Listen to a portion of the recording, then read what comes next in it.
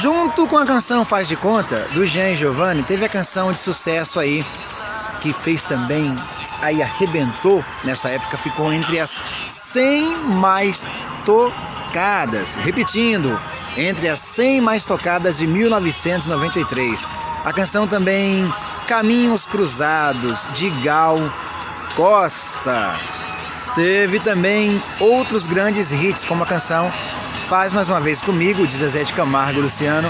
E outra grande canção, que foi a canção Sai Dessa Coração, de Jean e Giovanni, pipocou no ano de 1993.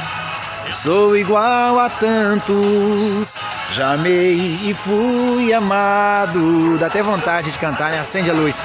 Dá até vontade de cantar, reviver os anos 90, que foi um ano de ouro para a música brasileira também, né?